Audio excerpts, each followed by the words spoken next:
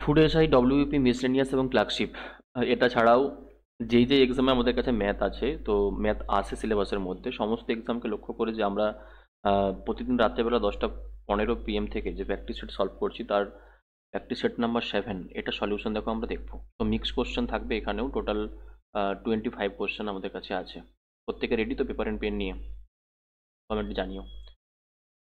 তো ট্রাই করো জলদি জলদি কোশ্চেনকে সলভ করার। দেখো, ফার্স্ট কোশ্চেন যেটা আমাদের কাছে আছে, যে স্টপেজ না দিলে একটা বাসের বেগ 54 কিলোমিটার/ঘন্টা হয়, এবং যদি স্টপেজ দেয় তাহলে 45 কিলোমিটার/ঘন্টা হয়।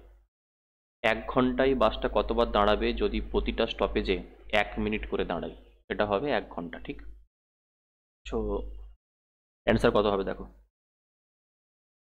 কমেন্ট করো। 1 নম্বর কোশ্চেনের অ্যান্সার 10, 12, 16, 14, কোনটা অ্যান্সার আসবে?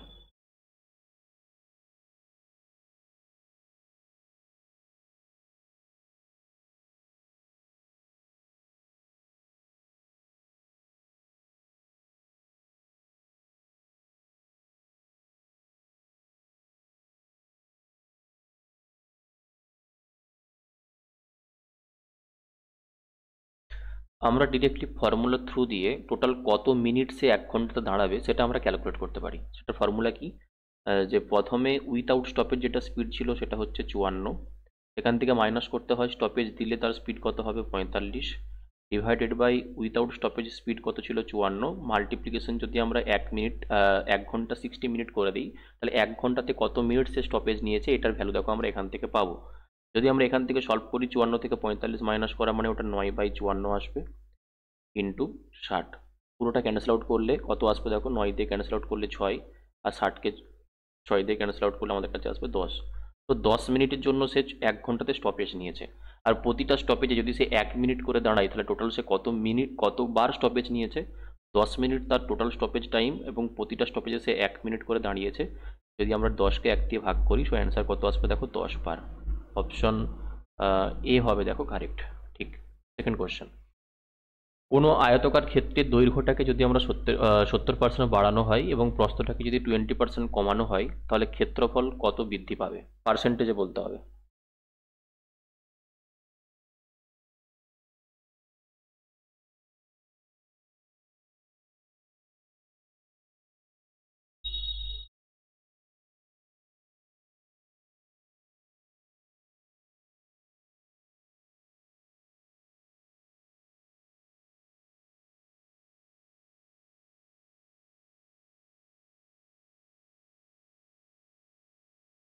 দৈর্ঘ্যটাকে আমরা ইনক্রিজ করছি 70%। 70%-এর ফ্র্যাকশন ভ্যালু কত হয় আমরা জানি, 7/10। মানে আমরা এটা বলতে পারি, 10 যদি ইনিশিয়ালি তার দৈর্ঘ্য থেকে থাকে, এখন আমরা তার 7 ইনক্রিজ করেছি, 17 হয়েছে। আর প্রস্থটাকে আমরা 20% কমিয়েছি, 20%-এর ফ্র্যাকশন ভ্যালু কত হয়, 1/5। মানে 5 যদি ইনিশিয়ালি তার প্রস্থ থাকতো, এখন আমরা তার 1 কমিয়ে দিয়ে প্রস্থ কত হয়েছে দেখো, 4। যদি আমরা ক্ষেত্রফল ক্যালকুলেট করি, আমরা জানি দৈর্ঘ্য ইন্টু প্রস্থ হয়। সো 50 যেখানে তার ক্ষেত্রফল ছিল, এখন তার ক্ষেত্রফল হয়েছে কত, 17 ইন্টু 4, 68।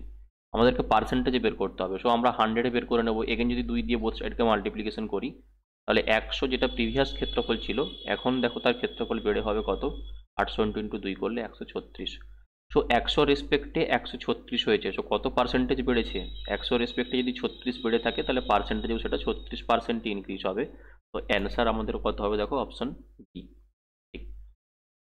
কোশ্চেন নম্বর 3, কোন বৃহত্তম সংখ্যাকে আহ, কোন বৃহত্তম সংখ্যা দ্বারা এই 77, 147 এবং 252কে ভাগ করলে প্রতি ক্ষেত্রে একই সংখ্যা ভাগশেষ থাকবে?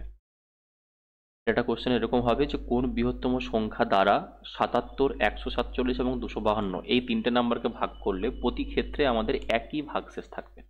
কত ভাগশেষ থাকবে সেটা বলে দেওয়া নেই, কিন্তু একই ভাগশেষ থাকবে, এটা ক্যালকুলেট করতে হবে।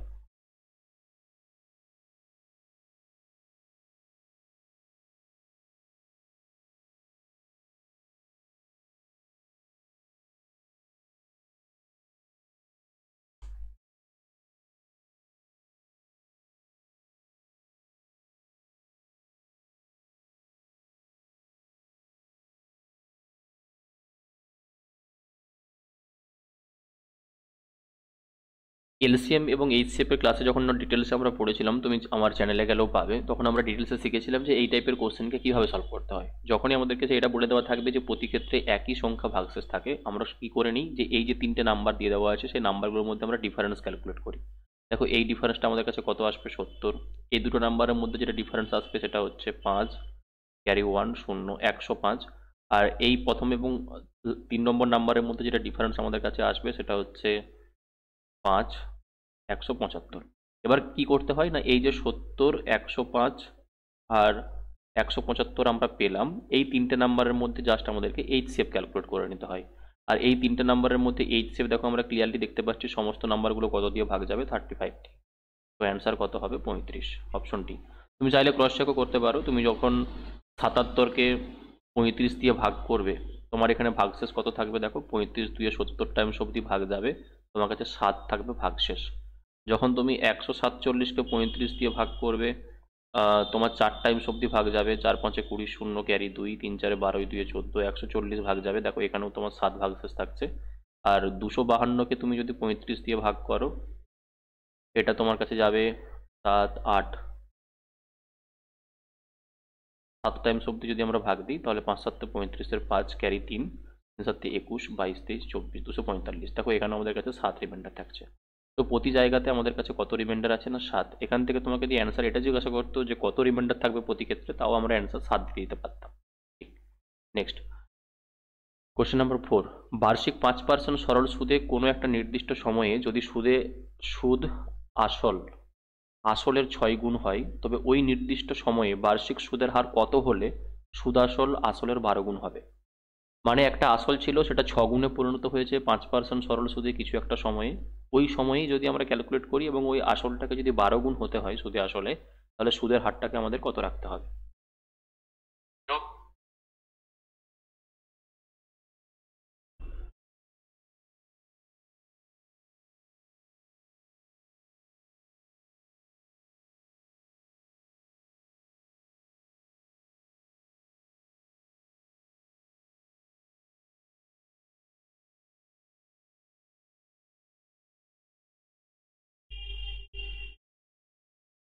দেখো আমরা কি বলতে পারি, 1 টাকা যদি আমাদের কাছে আসল থেকে থাকে, সেই আসলটা তার সুদে আসলে 6 গুণ হয়েছে, মানে 6 টাকায় পরিণত হয়েছে।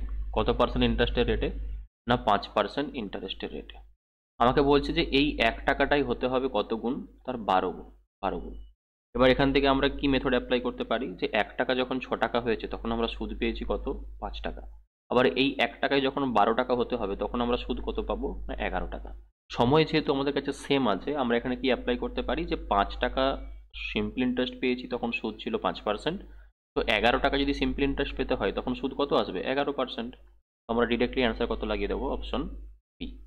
ঠিক। কোশ্চেন নাম্বার 5, এক ব্যক্তি কিছু টাকা ব্যাংকে 6 বছরের জন্য জমা রেখে মোট 720 টাকা সুদ হিসাবে পান। ব্যাংকে যদি প্রথম 2 বছর 5% হারে, পরবর্তী 3 বছর 6% হারে এবং শেষ বছর যদি 8% হারে সুদ দেয়, তাহলে তিনি মোট কত টাকা জমা রেখেছিলেন। তো এখানে সিম্পল ইন্টারেস্টেরই কোশ্চেন আছে, তোমাকে প্রতি বছর সুদের পরিমাণটা সেম নেই, এখানে প্রতি বছর সুদের পরিমাণটা ডিফারেন্ট আছে, ওটা থেকে তোমাকে ক্যালকুলেট করতে হবে।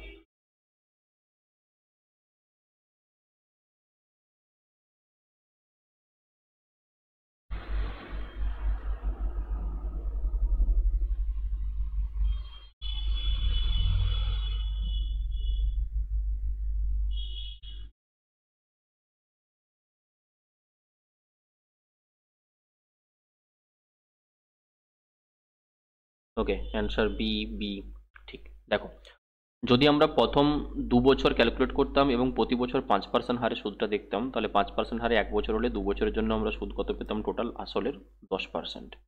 পরবর্তী 3 বছর প্রতি বছর যদি 6% হারে পাই, তাহলে 3 ছক 18% আমরা সুদ পেতাম। আর শেষ বছরে আমাদের 8% হারে সুদ, মানে 1 বছরেই টোটাল আমরা 3 2 5 বছর হিসেব করেছি, আমরা টোটাল টাকাটা 6 বছরের জন্য ইনভেস্ট করেছিলাম। তো লাস্টের 1 বছর আমরা 8% সুদ পেয়েছি, মানে এখান থেকে আমরা 8% পাবো। টোটাল 6 বছরে কত আমরা আসলের উপরে সুদ পেয়েছি, কত পার্সেন্ট, সবগুলোকে যোগ করলে দেখো আসবে 18 8 26 10 36%। তো আসলের উপরে যদি আমরা 36% সুদ পাই, তারই ভ্যালু টাকাতে কত দিয়ে দেওয়া আছে, 720। তো আসলে 36%-এরই ভ্যালু হবে 720, আমরা যদি আসলের 1% ক্যালকুলেট করি তার ভ্যালু কত আসবে? 720কে 36 দিয়ে ভাগ করলে 36 2 72, 20 টাকা আসবে, 20 টাকা। আর আসল ক্যালকুলেট করতে বলেছে, যদি আমরা 100% ক্যালকুলেট করি আসল, তার ভ্যালু কত আসবে দেখো, 20 ইন্টু 100, অ্যান্সার হবে 2000। Option B correct. ঠিক। নেক্সট, তিনটে মৌলিক সংখ্যা একই রকমভাবে আছে যাদের প্রথম দুটোর গুণফল হচ্ছে 91 এবং শেষ দুটো সংখ্যার গুণফল হচ্ছে 143। এদের মধ্যে বড় সংখ্যাটা কত হবে? টোটাল তিনটে প্রাইম নাম্বার আমাদের কাছে আছে, প্রথম দুটো প্রাইম নাম্বারের গুণফল 91 এবং শেষ দুটো প্রাইম নাম্বারের গুণফল 143। এদের মধ্যে বড় সংখ্যা কোনটা?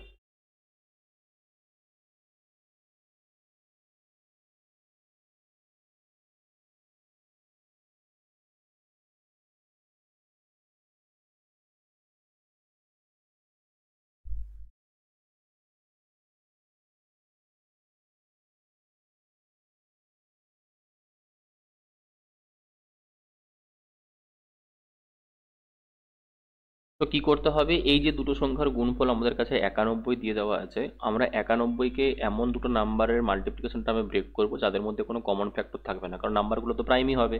তো 91 যেটা আমাদের কাছে আছে এটাকে আমরা কি বলতে পারি দেখো, 7 × 13। তো একটা নাম্বার 7, একটা নাম্বারকে আমরা 13 নিতে পারি। ঠিক। আরেকবার তোমাকে বলে দেওয়া আছে, শেষ দুটো সংখ্যার যদি গুণফল 143 হয়, 143কে দেখো আমরা 11 × 13 বলতে পারি। তাহলে এই 7, 11 আর 13 তিনটে নাম্বারই কি আমাদের নিজেদের, দেখো তিনটে নাম্বার নিজেদের মধ্যে কোপ্রাইম এবং প্রতিটা নাম্বারই কি মৌলিক সংখ্যা দাঁড়াচ্ছে, মৌলিক সংখ্যা। তো এই 7, 11, 13 তিনটে সংখ্যার মধ্যে সব থেকে বড় সংখ্যাটা আমাদের কাছে কত আছে? 13। তাই অ্যান্সার কত হবে? Option C. ঠিক।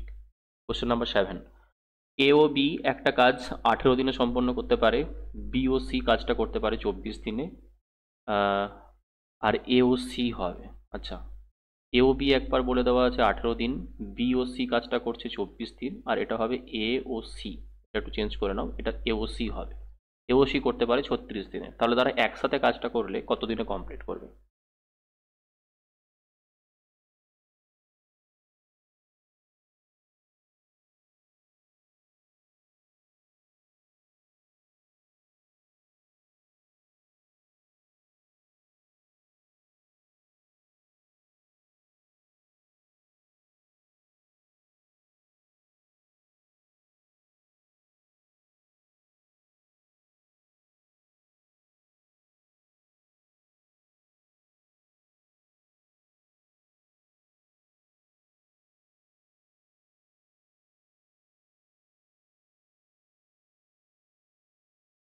দেখো, কোশ্চেনে যেটুকু ডেটা দিয়ে দেওয়া আছে যে এ আর বি যদি একসাথে কাজ করে তারা কাজটা কমপ্লিট করবে 18 দিনে, বি সি যদি একসাথে কাজ করতো তারা কাজটা কমপ্লিট করবে 24 দিনে, আর এ আর সি যদি একসাথে কাজটা করে তারা কাজটা কমপ্লিট করবে 36 দিনে। সো টোটাল ওয়ার্কটাকে আমরা এই তিনটের কমন মাল্টিপিল কত নিতে পারি দেখো, 72 নিতে পারি।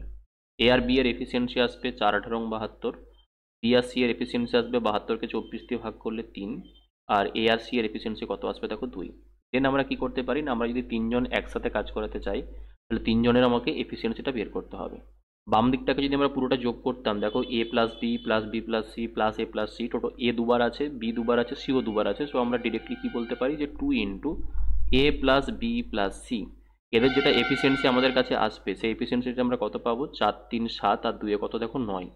তো এখান থেকে আমরা এ প্লাস বি প্লাস সি এর যেটা নিজস্ব এফিসিয়েন্সি আসবে সেটাকে ভাগ করতে হবে কত দিয়ে না, 9কে 2 দিয়ে, 9/2 দেখো আমরা এফিসিয়েন্সি পেলাম। এবার এই 9/2 এফিসিয়েন্সি হচ্ছে তিনজনের একসাথে এফিসিয়েন্সি। তিনজন যদি একসাথে কাজ করে টাইম কত লাগবে? সো টোটাল 72 ইউনিট কাজ করতে হবে, তাদের এফিসিয়েন্সি হচ্ছে 9/2।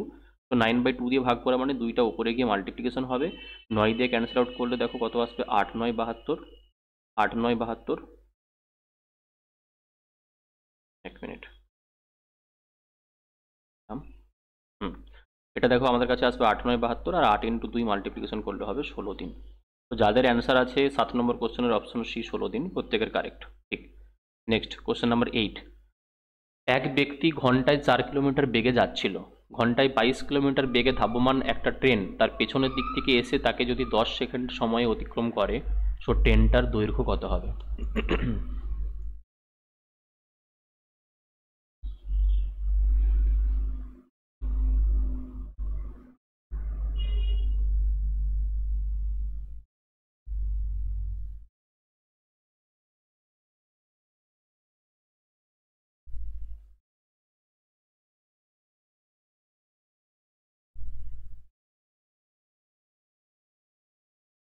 একটা মানুষকে যখন একটা ট্রেন অতিক্রম করবে তখন শুধুমাত্র ট্রেনের নিজের দৈর্ঘ্যটাই অতিক্রম করে, এবং যে মানুষটা, সেই মানুষটার স্পিড, সাপোজ ধরে নাও এই যে মানুষটা আছে সেই মানুষটা এই দিক বরাবর টোটাল 4 কিলোমিটার স্পিড নিয়ে হাঁটছে, আর তার পেছন দিক থেকে ট্রেনটা আসছে, তো ট্রেন যেটা আছে সেটাও একই দিক বরাবরই যাচ্ছে, কত স্পিড নিয়ে, না 22 কিলোমিটার পার আওয়ার স্পিড নিয়ে।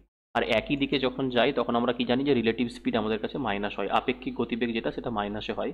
তো রিলেটিভ স্পিড যেটা আসবে সেটা হচ্ছে 22 - 4 = 18 কিলোমিটার পার আওয়ার আমরা স্পিড পাবো। এবং এই কিলোমিটার পার আওয়ার স্পিডটাকে, এই 18 কিলোমিটার পার আওয়ার স্পিডটাকে যদি আমরা মিটার পার সেকেন্ডে কনভার্ট করতে চাই, তাহলে আমাদেরকে 5-এর 18 দিয়ে মাল্টিপ্লিকেশন করতে হবে। তো মিটার পার সেকেন্ডে আমরা স্পিড কত পাবো, দেখো 18 ক্যান্সেল আউট হলে 5 metre per second, 5 metre per second হচ্ছে আমাদের স্পিড। আর ট্রেনটা যদি, মানে রিলেটিভ স্পিড যদি 5 মিটার পার সেকেন্ড হয়, টোটাল 10 সেকেন্ডে কভার করেছে, তাহলে 10 সেকেন্ডে অতিক্রান্ত দূরত্ব কত, না 5 × 10 টোটাল 50 মিটার। আর এই যে অতিক্রান্ত দূরত্ব 50 মিটার, সেটা অ্যাকচুয়ালি কার লেন্থ, ট্রেনেরই লেন্থ। সো অপশন ডি যারা কমেন্ট করছো প্রত্যেকের অ্যান্সার দেখো কারেক্ট। ঠিক। কোশ্চেন নাম্বার 9, তিনটে সংখ্যা এ, বি এবং সি এর মধ্যে এ বি এর চেয়ে 60% বেশি এবং বি সি এর থেকে 20% কম, তো এ আর সি এর মধ্যে রেশিও কত হবে? একদমই সিম্পল কোশ্চেন, তুমি চাইলে এটাকে পার্সেন্টেজ থেকে ফ্র্যাকশনে কনভার্ট করে দেন রেশিও বের করে নিতে পারো, সব থেকে বেস্ট মেথড ওটাই হবে। অথবা চাইলে তুমি কোনোটাকে 100 ধরে সেখান থেকেও তুমি ক্যালকুলেট করতে পারো, যেটা তোমার সুবিধা মনে হবে।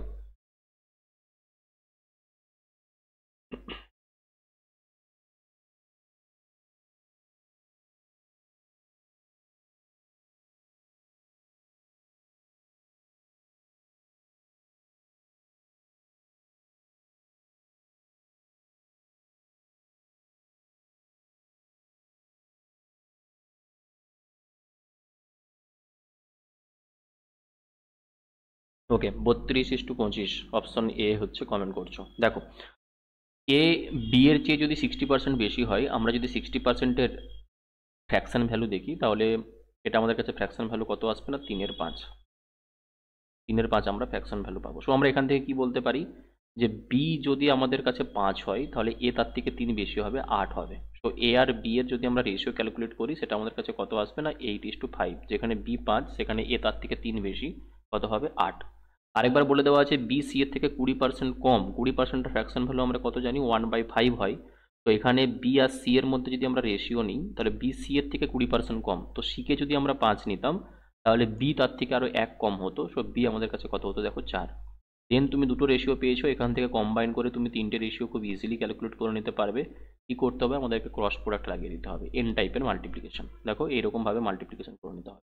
যেটা রেশিও আসবে সেটা হচ্ছে 4-এর সাথে 8 মাল্টিপ্লিকেশন করলে 4 আসছে 32, 4-এর সাথে 5 মাল্টিপ্লিকেশন করলে 4×5 = 20, আর 5-এর সাথে 5 মাল্টিপ্লিকেশন করলে কত হবে, 5×5 = 25। এ আর সি এর রেশিও জানতে চেয়েছে, তাহলে এ পেয়েছি 32, সি পেয়েছি 25, 32:25 হবে অ্যান্সার।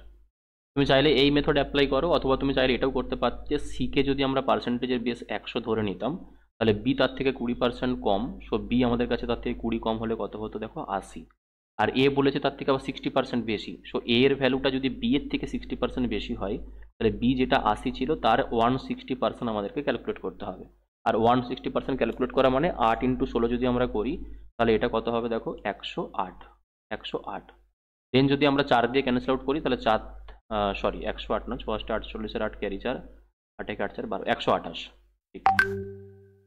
দেখো এটা আমাদের কাছে কত আসবে, 128। 128।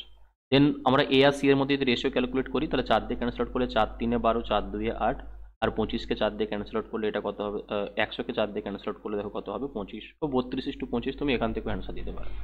ঠিক। কোশ্চেন নাম্বার 10, 5টা ঘন্টা একসাথে বাজার পর যথাক্রমে 9 সেকেন্ড, 6 সেকেন্ড, 4 সেকেন্ড, 10 সেকেন্ড এবং 8 সেকেন্ড বিরতিতে বাজছে। সো প্রথমে একসাথে বাজবার পর থেকে 1 ঘন্টাতে সেগুলো কতবার একসাথে বাজবে। সো প্রথমে যেটা বাজছে সেটাকে না কাউন্ট করে বাদবাকি 1 ঘন্টাতে তারা একসাথে কতবার বাজবে সেটা আমাদেরকে ফাইন্ড আউট করতে বলেছে।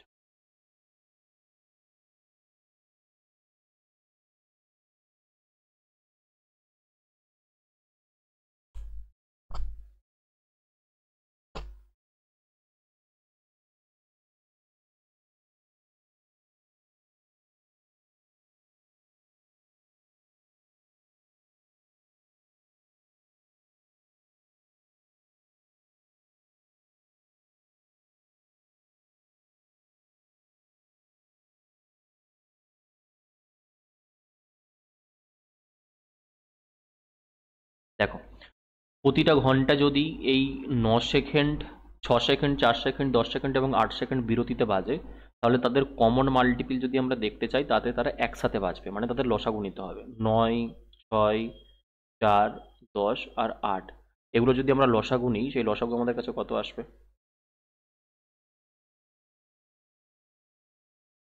দেখো 180 তো হবে না, 4 × 80 হবে, 8 2 16 হবে না, তো 360।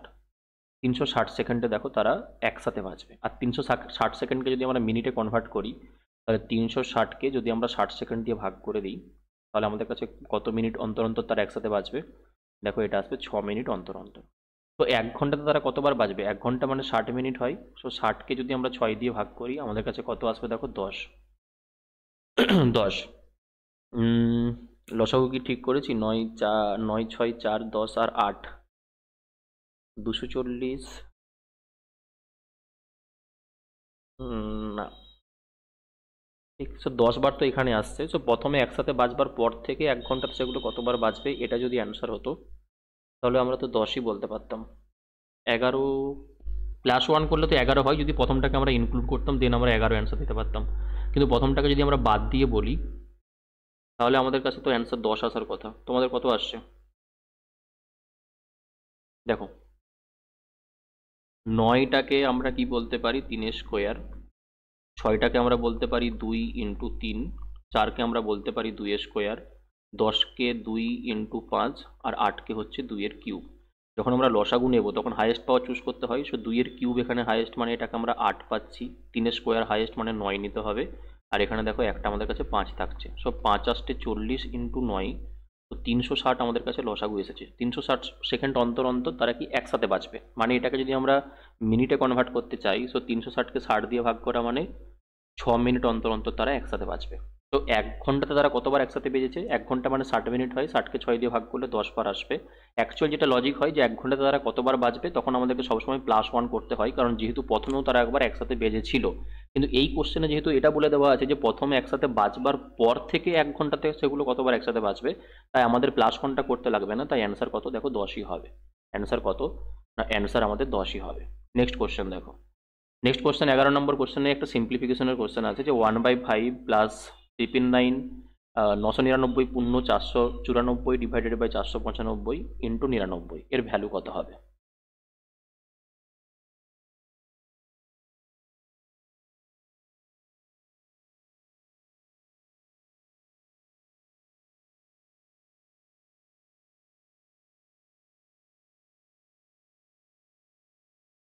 দেখো এই কোশ্চেনটা ট্রিক্স হলো, যখনই তোমাকে এরকম টাইপের কিছু সিম্পলিফিকেশনের কোশ্চেন দেবে, তুমি যদি দেখো যে বাইরে যেটা 99 মাল্টিপ্লিকেশন আকারে আছে, এটার সাথে নিচে যে নাম্বারটা আছে সেটা পুরোপুরি কতবার কাটছে? দেখো 5 দিয়ে ক্যান্সেল আউট হচ্ছে, যেটা প্রথমে তোমার কাছে 1/5 আকারে যোগ করে দিয়ে দেওয়া আছে।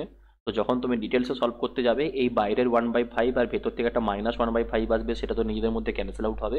তুমি ডিরেক্টলি কি অ্যাপ্রোচ লাগাতে পারো? দেখো এখানে যতগুলো 9 থাকবে ততগুলো 9 লেখো, আর এই বাম দিকে যতগুলো 0 থাকবে ততগুলো তুমি 0 লেখো, এটাই হবে তোমার কাছে অ্যান্সার। তো অপশন এ হয়ে যাবে দেখো তোমার কাছে অ্যান্সার। এবার তুমি যদি ডিটেল সলিউশন দেখতে চাও যে এটা কেন হচ্ছে, তাহলে দেখো আমরা এরকম বলতে পারি যে 1/5 যেটা আমাদের কাছে আছে প্লাস এটাকে যদি আমরা পূর্ণ ভাঙতে চাইতাম, তাহলে 999 এর সাথে আমাকে নিচে 495 মাল্টিপ্লিকেশন করতে হতো, দেন তার সাথে আমাকে যোগ করতে হতো ওপরের ভ্যালু 494, আর আমরা কি করতাম? তাকে ভাগ করতাম 495 দিয়ে, আর এই পুরো ভ্যালুটার সাথে আমাদেরকে কি মাল্টিপ্লিকেশন করে দেওয়া আছে? না, 99 মাল্টিপ্লিকেশন করে। ঠিক। এবার আমরা এখানে কি অ্যাপ্রোচ লাগাতে পারি সিম্পলিফিকেশনের সুবিধার্থে? যেটা ভেতরে 999 আছে এটাকে আমরা 1000 - 1 দিতে পারি। ওকে, তো দেখো যদি আমরা এই লাইনটা করি, এরপর যে 1/5 প্লাস এই সেকেন্ড ব্র্যাকেটের ভেতরে এটাকে আমি লিখছি কি যে 1000 - 1, তার সাথে মাল্টিপ্লিকেশন আছে 495 প্লাস বাইরের থেকে আমাকে 494 যোগ করতে হবে, ডিভাইডেড বাই আমরা পেয়েছি 495, পুরোটার বাইরে আমাদেরকে দেখো 99 মাল্টিপ্লিকেশন আছে, 99 মাল্টিপ্লিকেশন আছে। ঠিক। এবার জাস্ট ইমাজিন করো যে এটা তো আমাদের কাছে 1/5ই থাকবে, প্লাস যদি আমরা 495কে 1000 দিয়ে গুণ করতাম তখন আমাদের কাছে 495, তার সাথে 3টে শূন্য আসতো, মাইনাস এখানে কত আসতো? দেখো 495, আর বাইরে আমাদের কাছে কত পড়ে আছে? প্লাস 494, ডিভাইডেড বাই তার নিচে আমরা কত পাচ্ছি? দেখো 495, পুরোটার সাথে মাল্টিপ্লিকেশন কত আছে? 99 আছে, 99। তো দেন তুমি যদি আরেকটা লাইনকে সলভ করো কি আসবে দেখো, 1/5 প্লাস এটা আমাদের কাছে 4, 9, 5, 3টে শূন্য, আর এখানে কত আসবে দেখো, দুটোকে যোগ বিয়োগ করলে -1 ডিভাইডেড বাই আমরা পাবো 495, আর পুরোটার সাথে মাল্টিপ্লিকেশন কত আছে দেখো 99, পুরোটার সাথে মাল্টিপ্লিকেশন আছে 99। যখন তুমি এই 99 দিয়ে নিচেরটার সাথে ক্যান্সেল আউট করবে, এটা তোমার কাছে তো 5 টাইমসই আসবে। তো এখান থেকে আমরা কি লিখতে পারি, এখান থেকে আমরা এটা লিখতে পারি যে 1/5 তো আমাদের বাইরে আছে, প্লাস ব্র্যাকেটের ভিতর থেকে আমরা কি পেয়েছি দেখো, একবার 4, 9, 5 3টে শূন্য ডিভাইডেড বাই 5 মাইনাস আরেকবার আমরা কি পেলাম 1/5। আমি সেপারেট করে নিলাম। দেখো যদি কখনো আমাদের কাছে এটা হয় যে a minus B divided by C আছে, তো চাইলে আমি এটাকে a divided by C minus B divided by C লিখতে পারি, একই জিনিস, কারণ সি তো লসাগু হবে, ওপরে আমাদের কাছে a মাইনাস বি থাকবে। তাই আমি 5 যেটা নিচে এসেছিল ওটাকে আমি সেপারেট করে দিলাম। দেন এই -1/5 সাথে +1/5 তোমার ক্যান্সেল আউট হবে, আর পুরোটাকে 5 দিয়ে ভাগ করা মানে দেখো 5, 9, 45, 5, 9, 45, আর 3টে শূন্য অ্যান্সার হবে। সো এইটা থেকে তুমি ডিটেলসে কি দেখলে, যে যখনই তোমাকে এরকম টাইপের কিছু কোশ্চেন দেবে, যদি বাইরের সেই 99 সাথে নিচের ভ্যালুটা এই এখানে যেটা যোগ আকারে দিয়ে দেওয়া আছে এটার সাথে পুরোপুরি তত টাইমস অবধি ক্যান্সেল আউট হয়ে যায়, দেন তুমি চোখ বন্ধ করে অ্যান্সার বসিয়ে দেবে যে ডান দিকে যে দুটো নয়, যতগুলো নয় থাকবে ততগুলো নয়, আর বাম দিকে এখানে যতগুলো নয় থাকবে ততগুলো শূন্য, এটাই তোমার কাছে অলওয়েজ অ্যান্সার হবে। ঠিক। কোশ্চেন নাম্বার 12, লসাগু বের করতে হবে 2-এর 3, 4-এর 9, 5-এর 6, 7-এর 12। লসাগু বের করতে হবে। তো ভগ্নাংশের লসাগু ক্যালকুলেট করার আমরা রুল দেখো কি দেখেছিলাম, যে ভগ্নাংশের যখন আমাদেরকে এলসিএম ক্যালকুলেট করতে হয় তখন আমরা কি দেখেছি, যেগুলো লব থাকে সেই লবগুলোর আমাদেরকে লসাগু নিতে হয়, ডিভাইডেড বাই যেগুলো আমাদের কাছে হর থাকে সেই হরগুলোর আমাদেরকে গসাগু নিতে হয়। যেগুলো লব থাকে সেই লবগুলোর আমাদেরকে লসাগু নিতে হয়, আর যেগুলো হর থাকে সেই হরগুলোর আমাদেরকে গসাগু নিতে হয়। তো এখান থেকে যদি আমরা এটা ক্যালকুলেট করতে চাই যে উপরে যে লব কি কি আছে দেখো, 2, 4, 5, 7, সো আমাকে 2, 4, 5 আর 7 এগুলোর নিতে হবে কি লসাগু এলসিএম, ডিভাইডেড বাই হরে যেগুলো আছে 3, 9, 6 আর 12 সেগুলোর কি নিতে হবে এইচসিএফ গসাগু। ঠিক। তো 2, 4, 5, 7-এর মধ্যে দেখো যদি আমরা লসাগু নিই তাহলে 5, 2, 10, 20, আর 7, 20, 140। তো উপর থেকে আমরা লসাগু কত পাবো, উপর থেকে আমরা লসাগু পাবো 140, আর নিচে 3, 9, 6, 12 সব থেকে বড় নাম্বার দিয়ে দেখো সবগুলোকে 3 দিয়ে ভাগ যাবে, সো 140/3 এটাই হবে আমাদের অ্যান্সার। অপশন বি হবে কারেক্ট। ঠিক। নেক্সট দেখো, একটা ঘড়িতে যদি সকাল 8:30 বাজে, সো ঘড়ির বিপরীতে রাখা একটা আয়নাতে কত সময় দেখাবে। ঘড়িতে বাজছে সকাল 8:30, ঘড়ির বিপরীতে রাখা একটা আয়নাতে কত সময় দেখাবে। ডিরেক্ট টিক্স কি হয়, আমি একটু দেখো প্রথমে বেসিক ওয়েতে কোশ্চেনটাকে সলভ করছি। ধরে নাও এই হচ্ছে আমাদের একটা ঘড়ি আছে, এই হচ্ছে দেখো আমাদের কাছে একটা ঘড়ি, যেটা এখানে 12, 1, 2, 3, 4, 5, 6, 7, 8, 9, 10, 11 এটা ঘড়ি। এর ধরে নাও বিপরীতে আমরা একটা আয়না রাখছি, এই পাশটাতে সাইডটাতে আমরা একটা আয়না রেখেছি, এবং আয়নাতেও তোমার কি হবে না ঘড়িটার একটা প্রতিবিম্ব তৈরি হবে। সে প্রতিবিম্বতে তোমার টাইম কটা বাজবে এটাই আমাদেরকে ফাইন্ড আউট করতে বলেছে। তো এটা যদি আমাদের কাছে ঘড়ি হয়, এখানেও দেখো আমি নাম্বারিং করে নিচ্ছি, যেটা আমাদের কাছে আসবে 12, 1, 2, 3, 4, 5, 6, 7, 8, 9, 10 আর 11। ঠিক। ঘড়িতে অ্যাকচুয়ালি তোমাকে টাইম কত দিয়ে দেওয়া ছিল 8:30, মানে আমরা এটা বলতে পারি যে ঘন্টার কাঁটাটা থাকবে সরি 8টা আর 9টার মাঝে। 8:30 যেহেতু বাজছে, তাহলে ঘন্টার কাঁটা আমাদের কাছে কোথায় থাকবে 8টা আর 9টার মাঝে, 8টা আর 9টার মাঝে এখানে থাকবে দেখো আমাদের ঘন্টার কাঁটা। আর মিনিটের কাঁটা থাকবে 30, মানে কত 6-এর ঘরে। তো এটা আমরা তার অ্যাকচুয়াল টাইমিং যদি দেখি তো এরকম বাজবে ঘড়িটা। কিন্তু যখন এটাকে আমরা আয়নাতে প্রতিবিম্ব দেখবো, আয়নাতে কি হয় ল্যাটারাল ইন্টারফেস তৈরি হয়, মানে বাম দিকটা ডান দিক, ডান দিকটাকে আমরা বাম দিক দেখি। তো এইখানে দেখো কি হবে, এই যে যেটা ঘন্টার কাঁটা এই দিক বরাবর ছিল সেটা তোমার রোটেট হয়ে গিয়ে এই বরাবর চলে আসবে, এই বরাবর, মানে সেটা তখন আমাদের কাছে কত চলে আসবে দেখো, ঘন্টার কাঁটাটা চলে আসবে এই 3 আর 4-এর মাঝখানে। আর যেটা 6-এর কাছে আছে ওটা তো আর কিছু চেঞ্জেস নেই, ওটা তোমার কাছে 6-এর কাছে থাকবে। তো টাইম যেটা দেখাবে সেটা হচ্ছে 3:30। কিন্তু এটাকে তুমি পরীক্ষার হলে বসে তো এরকম তোমার অ্যাপ্রোচ লাগবে না। তুমি সবসময় কি করবে, যখন মিরর ইমেজ ক্যালকুলেট করতে হয় তুমি মনে রাখবে টাইমটা যদি টাইম যদি আমাদেরকে <6 দিয়ে দেওয়া থাকে, সরি <6 বলছি, <12, মানে যদি আমাদেরকে নর্মালি আমাদের যে বাড়ির ঘড়ি থাকে সেই টাইম যদি দিয়ে দেওয়া থাকে, তাহলে আমরা সবসময় মিরর ইমেজ ক্যালকুলেট করার জন্য কি অ্যাপ্লাই করি, লেস দেন যদি 12 থাকে, সো মিরর ইমেজ ক্যালকুলেট করার জন্য দেখো আমরা অলওয়েজ সেটাকে 12 আওয়ার থেকে মাইনাস করি, অথবা তুমি এটাকে কনভার্ট করে 1160 মানে 11 ঘন্টা 60 মিনিটকে তুমি এখানে 1 ঘন্টা কমিয়ে ওখানে তুমি 60 মিনিট জুড়ে দিতে পারো। দেখো 11 ঘন্টা 60 মিনিট থেকে আমার ঘড়িতে বাজছিল কত না 8টা 30, যদি আমরা এটা মাইনাস করতাম দেন আমরা পেয়ে যেতাম মিরর ইমেজে কটা বাজছে, 3টে 30 বাজছে। আর যদি এই টাইমটা তোমার কাছে 24 আওয়ার্স ফরম্যাটের ক্লকে দিয়ে দেওয়া থাকে, তখন আমাদেরকে মাইনাস করতে হয় 24 আওয়ার্স থেকে, অথবা তুমি এটাকে 2360 ধরে নিতে পারো, 2360 ধরে নিতে পারো, ঠিক। আরেকটা হয় দেখো ওয়াটার ইমেজ। ওয়াটার ইমেজের ক্ষেত্রে আমাদেরকে মাইনাস করতে হয়, যদি টাইমটা লেস দেন 6 হয় তখন আমরা মাইনাস করি 6:30 থেকে, আর যদি তার থেকে বেশি হয় তখন আমরা মাইনাস করি 18:30 থেকে, ঠিক। এই দুটো পয়েন্ট মনে রাখো। নেক্সট, আজ বাস ধরার জন্য রমেশ বাড়ি থেকে 25 মিনিট আগে বেরিয়েছে। সে সাইকেল চালিয়ে 15 মিনিট পর বাস স্ট্যান্ডে এসেছে। সে বাস স্ট্যান্ডে এসেছে সকাল 9টা 40 মিনিটে। সো প্রতিদিন কখন বাড়ি থেকে বাস ধরার উদ্দেশ্যে রওনা হয়? দেখো এটা সেই ক্লাস 5-6-এর কোশ্চেনের মতো, সিটেটের কোশ্চেন, একদমই সিম্পল, কিন্তু টাইমের কোশ্চেন দিয়ে দেওয়া আছে, জাস্ট ক্যালকুলেশন করতে হবে। কত আসবে বলো?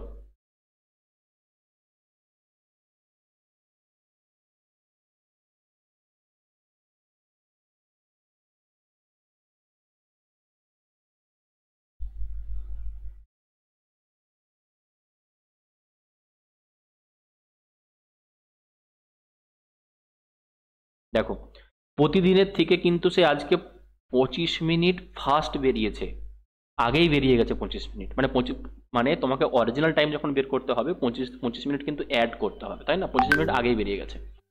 সো যদি আমরা এখান থেকে ক্যালকুলেট করতে চাই, সে বাস স্ট্যান্ডে পৌঁছেছে কটার সময় না 9টা 40 মিনিটে। সে টোটাল 15 মিনিট সাইকেল চালিয়ে গেছে, তাহলে এখান থেকে যদি আমরা 15 মিনিট মাইনাস করে দিই দেন সে বেরিয়েছিল কত, দেখো 9টা 25 মিনিট, এটা আমরা বলতে পারি। আর 9টা 25 মিনিটে যে সে আজকে ঘর থেকে বেরিয়েছিল, এটা তার 25 মিনিট ফাস্ট ছিল, এটা তার 25 মিনিট ফাস্ট ছিল। তো প্রতিদিন কখন সে বাড়ি থেকে বেরোয় এটা যদি আমরা ক্যালকুলেট করতে চাই, তাহলে 25 এর সাথে আমাকে আরও যোগ করতে হবে, অ্যান্সার কত আসবে দেখো 9টা 50 মিনিট। তো প্রতিদিন বাড়ি থেকে সে 9টা 50 মিনিটে বেরোয়, বাট আজকে 25 মিনিট আগে বেরিয়েছিল, দেন তোমার 15 মিনিট এখান থেকে সে সাইকেল চালিয়ে বাস স্ট্যান্ডে পৌঁছেছে, তাতে করে 9টা 40-এ পৌঁছেছে। তুমি চাইলে ডিরেক্টলি এখান থেকে অ্যাপ্লাই করতে পারতে যে 25 মিনিট সে আগে বেরিয়েছে, 15 মিনিট তার টাইম লেগেছে সাইকেল চালাতে, টোটাল সে কত মিনিট ফাস্ট ছিল দেখো, 25 থেকে 15 মাইনাস করলে 10। তো টোটাল আমরা যদি এই 9টা 40-এর সাথে 10 মিনিট অ্যাড করে দিতাম, তাহলেও আমরা এখান থেকে অ্যান্সার পেতাম যে 9টা 50 সে বাড়ি থেকে প্রতিদিন বেরোয়, বাট আজকে সে ফার্স্ট বেরিয়েছিল বলে 9টা 40-এ পৌঁছে গেছে, ঠিক। 15, 3 অঙ্কের কোন বৃহত্তম সংখ্যাকে আমরা 10, 12 এবং 15 দ্বারা ভাগ করলে প্রতি ক্ষেত্রে আমাদের কাছে 7 ভাগশেষ থাকবে?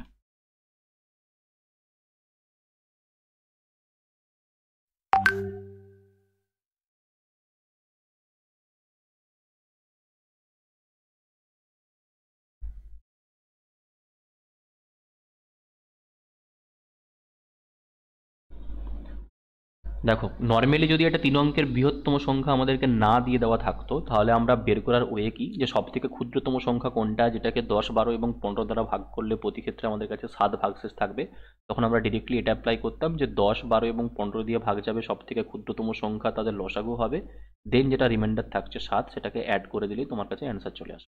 কিন্তু এটার উপরে তোমাকে যখনই কোনো কন্ডিশন লাগিয়ে দেবে যে 3 অঙ্কের বৃহত্তম সংখ্যা, 4 অঙ্কের ক্ষুদ্রতম সংখ্যা, 5 অঙ্কের বৃহত্তম সংখ্যা, অথবা যে সেই নাম্বারটাকে 9 দিয়ে ভাগ করলে কোনো রিমাইন্ডার থাকবে না, এই টাইপের যখনই তোমাকে কোনো কন্ডিশন লাগিয়ে দেবে, দেন তোমাকে চেক করতে হবে। কি কি চেক করতে হবে? আমরা দেখো সব থেকে ছোটো নাম্বার বললে শুধু লসাগুটার সাথে জাস্ট রিমাইন্ডার যেটা 7 থাকছে এটাকে অ্যাড করলেই পেতাম।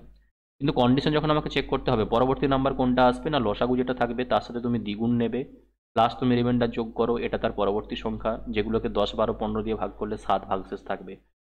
দেন এই নাম্বারটা যদি তোমার কাছে না আসে, আমরা লসাগুর সাথে 3 গুণ করি, তার সাথে আমরা এগেন রিমাইন্ডার যোগ করব, এটা একটা 3 নম্বর নাম্বার আসবে, সেটাও এই কন্ডিশনগুলো স্যাটিসফাইড হবে, বাট কোশ্চেনের সাথে ম্যাচ করছে কিনা তোমাকে এটা চেক করতে হবে।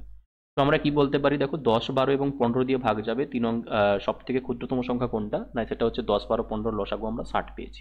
60 সব থেকে ক্ষুদ্রতম সংখ্যা জিজ্ঞাসা করলে 60 প্লাস 7 আমরা লাগিয়ে দিতাম, 67 আমাদের কাছে অ্যান্সার আসতো। কিন্তু জানতে চেয়েছে কি 3 অঙ্কের আমাকে বৃহত্তম সংখ্যা ফাইন্ড আউট করতে হবে। তাহলে এক তো তুমি এটা ফাইন্ড আউট করে নাও যে 60-এর কোন মাল্টিপিলটা 3 অঙ্কের বৃহত্তম সংখ্যা হচ্ছে। দেখো কিভাবে ক্যালকুলেট করবে? ৩ অঙ্কের বললে তুমি খুব ইজিলি ক্যালকুলেট করে নিচ্ছ। যখন তোমাকে ৫ অঙ্কের বলবে বা ৪ অঙ্কের বলবে, তখন তোমার কাছে যেটা ওয়ে থাকবে সেটা কি? যে তুমি ৩ অঙ্কের বৃহত্তম সংখ্যা যেটা জানো ৯৯৯, এটাকে তুমি ভাগ দিয়ে দেখো কত দিয়ে, না এই লসাগুটা দিয়ে, যে কত টাইমস অবধি ভাগ যাচ্ছে, আমরা কোন নাম্বার অবধি ভাগ করতে পারছি। তো ৬০ দিয়ে যদি আমরা ভাগ করি, দেখো ৬০ একে ৬০ টাইমস অবধি যাচ্ছে, যেন তোমার কাছে পড়ে থাকবে কত? ৩৯৯। ৬ দিয়ে তুমি যদি এগেন ৬০কে মাল্টিপ্লিকেশন করো, তাহলে ৬ ছক ৩৬ আসবে, তোমার কাছে পড়ে থাকবে কত? দেখো ৩৯। মানে আমরা ৩ অঙ্কের যেটা বৃহত্তম সংখ্যা ৯৯৯ পেয়েছিলাম, সেটাকে ৬০ দিয়ে ভাগ করতে এসে দেখলাম আমাদের কাছে ৩৯ হাতে থেকে যাচ্ছে, রিমাইন্ডার থাকছে। তো অ্যাকচুয়ালি ভাগ গেছে কত অবধি? না, এই ৯৯৯ থেকে তুমি ৩৯ মাইনাস করে দাও, তোমার কাছে আসবে কত? দেখো ৯৬০ অবধি। আমি এই অ্যাপ্রোচটা তোমাকে এ কারণেই দেখাচ্ছি, কারণ যখন তোমাকে ৫ অঙ্কের বৃহত্তম, ৪ অঙ্কের ক্ষুদ্রতম বলবে, তখন তোমাকে এভাবেই সলভ করতে হবে। এখানে ৩ অঙ্কের বলেছে বলে তুমি ইজিলি ৬০ এর কমন মাল্টিপিল ৯৬০ অবধি যেতে পারে, তুমি দেখে নিতে পারছো। কিন্তু বাদবাকি কোশ্চেন ক্ষেত্রে বা যদি ডেটা চেঞ্জ হয়, তখন তো তোমাকে এভাবেই সলভ করতে হবে। তো ৯৬০ অবধি আমরা দেখলাম ৩ অঙ্কের একটা বৃহত্তম সংখ্যা যেটা ৬০ দিয়ে ভাগ যাচ্ছে, মানে লসাগুর মাল্টিপিল, মানে এটাও ১০, ১২ এবং ১৫ দিয়ে ভাগ যাবে।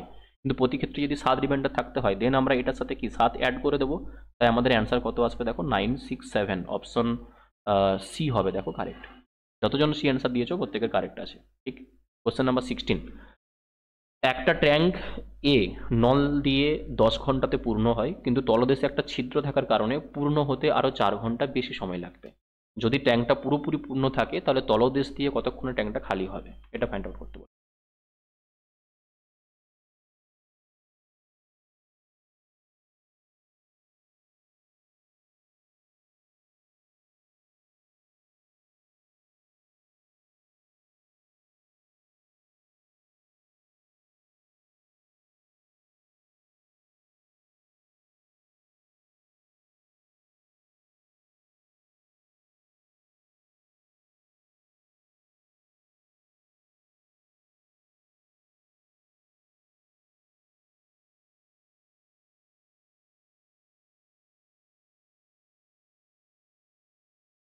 দেখো, এ একটা নল আছে যেটা ট্যাঙ্কটাকে ভর্তি করছে। সো এ নলটা আমরা কি বলতে পারি? ১০ ঘন্টাতে ভর্তি করেছে। কিন্তু এ নলটার সাথে যখনই একটা বি নল বা যেটা ছিদ্র আছে, এটাকে যদি আমরা বি ধরে নিই, তাতে যদি ভর্তি হয়, মানে এ ভর্তি করছে জল, কিন্তু বি নলটা দিয়ে জল খালি করছে, তাতে করে আরো ৪ ঘন্টা বেশি সময় লাগছে, মানে ১৪ ঘন্টা তোমার সময় লাগবে ট্যাঙ্কটা ভর্তি হতে। এবং এ নল যেটা জল ভর্তি করছে, বি নল যেটা জল খালি করছে, তারপরে দুটোকে একসাথে চালিয়ে দেওয়ার পরেও যদি আমাদের কাছে ট্যাঙ্কটা ভর্তি হয়, তার মানে আমরা এটুকু শিওর যে যেই পাইপটা জল ভর্তি করছে সেই পাইপের এফিসিয়েন্সিটা আমাদের কাছে বেশি। আর যদি এখানে বলে দেওয়া থাকতো তারপরে ট্যাঙ্কটা খালি হয়ে যাচ্ছে, তখন আমরা এটা ধরে নিতাম যে পাইপ যেটা ভর্তি করছে তার থেকে যেটা খালি করছে তার এফিসিয়েন্সি বেশি, তার দক্ষতা বেশি। ঠিক। তো এখান থেকে দেখো আমরা কি নিতে পারি? দুটোর কমন মাল্টিপিল ৭০ ইউনিট আমরা নিয়ে নিতে পারি, যেটা ট্যাঙ্কের ক্যাপাসিটি। এ পাইপের আমাদের একার এফিসিয়েন্সি আসবে কত? ৭। আর এ প্লাস বি পাইপের এফিসিয়েন্সি কত আসবে? দেখো ৫। তার মানে আমরা এটা বলতে পারি যে এ পাইপ যখন একা একা ভর্তি করছে, তখন সে নিজে ১ ঘন্টা চললে ৭ ইউনিট জল ভর্তি করে দিচ্ছে। কিন্তু এ পাইপের সাথে যখন আমরা বি পাইপটাকে চালাচ্ছি, তারপরে যদি ৫ ইউনিট জল ভর্তি হয়, সেখানে এ একা ৭ ইউনিট জল ভর্তি করছিল, তো এখান থেকে বি কিছু খালি করছে, তারপরে আমাদের ৫ ইউনিট জল ভর্তি হচ্ছে। সো বি এর যদি আমরা ভ্যালু দেখি, সেটা কত আসবে? দেখো না, ২। সো বি এর আমরা এফিসিয়েন্সি পেয়ে গেলাম ২ ইউনিট/ঘন্টা।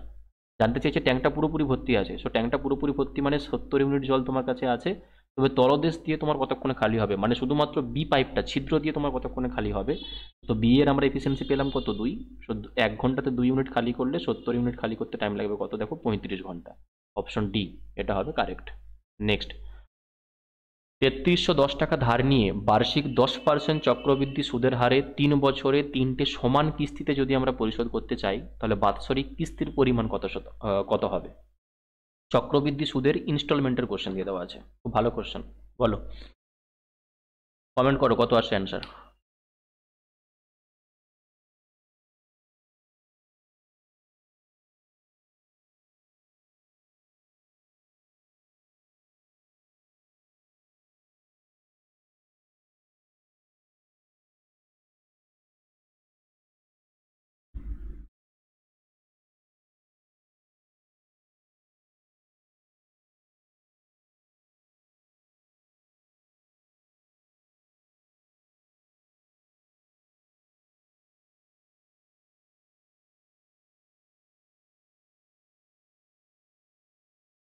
দেখো, ইনস্টলমেন্টের কোশ্চেনকে আমরা কিভাবে সলভ করতে পারি, যেহেতু এখানে 10% চক্রবৃদ্ধি সুদের হার দিয়ে দেওয়া আছে, 10%-এর ফ্র্যাকশন ভ্যালু আমরা কত জানি না, 1/10 হয়। চক্রবৃদ্ধি সুদের কনসেপ্ট অনুযায়ী যদি আমাকে প্রথম বছর 10 টাকা কারো কাছ থেকে ধার নিতাম, তাহলে তাকে 11 টাকা 1 টাকা সুদ হতো, তো 11 টাকা তাকে ফেরত দিতে হতো, এটা ফার্স্ট বছর। আমি যদি দ্বিতীয় বছর 2 বছরের রেসপেক্টে ক্যালকুলেট করতে চাই, তাহলে 10 স্কোয়ার আমাদের কাছে যদি 100 টাকা ধার নিয়ে আসতাম, তাহলে 11 স্কোয়ার তাকে 121 টাকা ফেরত দিতে হতো। আবার আমরা যদি 3 বছরে ক্যালকুলেট করতে চাই, তাহলে 10-এর কিউব যদি আমি 1000 টাকা কারো কাছ থেকে ধার নিই, তাহলে তখন 11-এর কিউব 1331 টাকা তাকে ফেরত দিতে হবে সুদে আসলে। এবার এইটা যেটা আমরা সলভ করছি, এখানে তোমাকে কি বলে দেওয়া আছে যে প্রতি বছর তুমি যে কিস্তিতে শোধ করছো, প্রতিটা কিস্তির পরিমাণ সমান। তো দেখো এই ডেটা অনুযায়ী আমি দেখতে পাচ্ছি যে প্রথম বছর আমি 11 টাকা শোধ করেছি, দ্বিতীয় বছর 121 টাকা শোধ করেছি, 3 নম্বর বছরে 1331 টাকা শোধ করেছি। তো এই কিস্তির পরিমাণটা আমার কাছে সমান নয়, তো সমান করতে হলে সমস্ত জায়গাতে তোমাকে ইকুয়াল ভ্যালু নিয়ে আসতে হবে। সো প্রতিটা জায়গাকে আমরা 1331 করে বানিয়ে দিতে পারি। দেখো 121কে 1331 বানাতে হলে আমাকে 11 মাল্টিপ্লিকেশন করতে হবে, তাহলে বোথ সাইডকে 11 মাল্টিপ্লিকেশন করলে তখন আমার যেটা আসল দাঁড়াবে সেটা হচ্ছে কত, না 1100। এটা তো আমাদের 1331ই আছে, তাই এটা আমাদের কাছে হাজারই আসল ছিল। আর প্রথম বছরটাকে যদি আমি 11কে 1331 বানাতে চাইতাম, এটাকে আমাকে 121 দিয়ে মাল্টিপ্লিকেশন করতে হতো। সো আসলটাকেও 121 দিয়ে মাল্টিপ্লিকেশন করলে তখন আসল কত আসবে দেখো, না 1210। 1210। তো টোটাল আমরা কি দেখছি, সবগুলো যদি আমরা যোগ করতাম, তাহলে 0 1 2 একে 3 আর 1 1 1 2 একে 3, দেখো 1310 টাকা। 1310 টাকা যদি আসল কারো কাছ থেকে আমরা ধার নিই, তাহলে আমরা দেখলাম যে প্রতিটা ইকুয়াল ইনস্টলমেন্ট আমাদের কাছে 1331 করে দিলেই সমস্ত টাকা আমাদের কি হয়ে যাবে, না শোধ হয়ে যাবে। তাই আমাদের কাছে অ্যান্সার কত আসবে, অপশন এ, 1331 টাকা করে প্রতিটা ইকুয়াল ইনস্টলমেন্ট আমাদের লাগবে। ঠিক। নেক্সট, একটা 50 মিটার দৌড় প্রতিযোগিতায় এ ও বি এর গতিবেগের অনুপাত দিয়ে দেওয়া আছে 3:4। যদি এ 140 মিটার এগিয়ে থেকে দৌড় শুরু করে, মানে এ প্রথম থেকে 140 মিটার সামনে এগিয়ে গেছে, সেখান থেকে দৌড় শুরু করেছে, তবে প্রতিযোগিতায় এ কত মিটারে জিতবে, কত মিটারে জিতবে ফাইন্ড আউট করতে হবে। যে এই 500 মিটার প্রতিযোগিতাতে এ কত মিটারে বিকে হারিয়ে দেবে, সেটা ফাইন্ড আউট করতে হবে। ভালো কোশ্চেন, দেখো রেসের কোশ্চেন, এবং এটা ইম্পর্টেন্ট একটা পার্ট, রেসের কোশ্চেন কিন্তু ইম্পর্টেন্ট পার্ট ফুড এসআই যারা এক্সাম দিচ্ছ প্রত্যেকের ক্ষেত্রে, কারণ প্রিভিয়াস ইয়ারে কিন্তু রেসের কোশ্চেন, তার আগের বছরও রেসের কোশ্চেন এসেছিল। তো রেস অ্যান্ড গেমস, অ্যাকচুয়ালি রেসই ধরো, যে রেসের চ্যাপ্টারটা যদি কারো ভালোভাবে ক্লিয়ার না হয়ে থাকে দেন কমেন্ট করো, তাহলে আমরা একটা কনসেপচুয়াল ক্লাসে পুরো রেসে যত রকম টাইপের কোশ্চেন হয়, সেটা সার্কুলার হোক বা লিনিয়ার হোক, আমরা পুরোটা কমপ্লিট করে নেব। তো কমেন্টে জানিও যদি রেসের কনসেপ্টের কোশ্চেন তোমাদের লাগে, ক্লাস লাগে।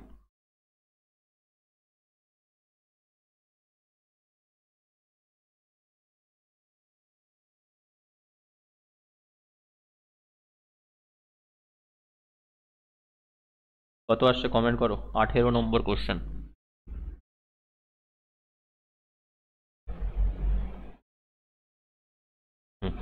500 মিটারের দেখো দৌড় প্রতিযোগিতা আছে টোটাল। তো এটা যদি একটা 500 মিটারের টোটাল দৌড় প্রতিযোগিতা হয়, তো বি কিন্তু স্টার্ট করছে একদম প্রথম থেকেই। বি যে আছে তাকে স্টার্ট করতে হবে একদম প্রথম থেকেই, সো বিকে কিন্তু পুরো 500 মিটারই দৌড়াতে হবে। কিন্তু এ কি করেছে দেখো, এ বলছে প্রথমের 140 মিটার সে এগিয়ে গেছে, মানে এই যে প্রথম 140 মিটার এটা সে ছুটেইনি, মানে এ স্টার্ট করছে এখন এখান থেকে, তাকে বাদ বাকিটুকু দৌড়াতে হবে, তাহলে সেই এন্ড পয়েন্টে পৌঁছে যাবে। ঠিক। তো একে অ্যাকচুয়ালি দৌড়াতে হবে কতটা, তুমি যদি ক্যালকুলেট করতে চাও, 500 থেকে 140 মাইনাস করলে এর রাস্তা আসছে কত দেখো, 360 মিটার অনলি, 360 মিটার। এবার তোমাকে স্পিড বলে দেওয়া আছে যে এর যদি স্পিড 3 হয়, তখন বি এর স্পিড তোমাকে দিয়ে দেওয়া আছে 4। এই 500 মিটার টোটাল রেসে এ কত মিটারে জিতবে তোমাকে জানতে চেয়েছে। সো এ তো পুরোটাই ছুটেছে, তো এর যদি স্পিড 3 হয় আর বি এর যদি স্পিড 4 হয়, এ ছুটেছে কত মিটার দেখো, 360 মিটার। তাহলে এটা 3 রেশিওর সাথে কত গুণ, আমরা কি বলতে পারি, 3 12 36 120 গুণ। তাহলে একই যদি সময় হয়, সেই সময়েও বি 120 গুণ ছুটবে, মানে বি ছুটবে কত দেখো, 4 4 12 48, 480 মিটার। তার মানে বি এ যখন পুরোপুরি 360 মিটার কমপ্লিট করে এন্ড পয়েন্টে পৌঁছে গেছে, ঠিক সেই সময় বি অনলি 480 মিটার ছুটেছে, মানে এখনো 500 মিটার থেকে কত মিটার আগে থাকছে দেখো, 20 মিটার আগে থাকছে। তার মানে এ যদি আমাকে বলা হয় সে বি কে কত মিটার ডিস্টেন্সে হারিয়ে দিয়েছে, না 20 মিটার ডিস্টেন্সে হারিয়েছে, বা 20 মিটারে সে জিতেছে, তাই অ্যান্সার কত আসবে দেখো, অপশন এ। ঠিক। কোশ্চেন নাম্বার 19, পরপর 8টা সংখ্যার চতুর্থ ও পঞ্চম সংখ্যার যোগফল যদি 51 হয়, তাহলে বৃহত্তম এবং ক্ষুদ্রতম সংখ্যার যোগফল কত হবে।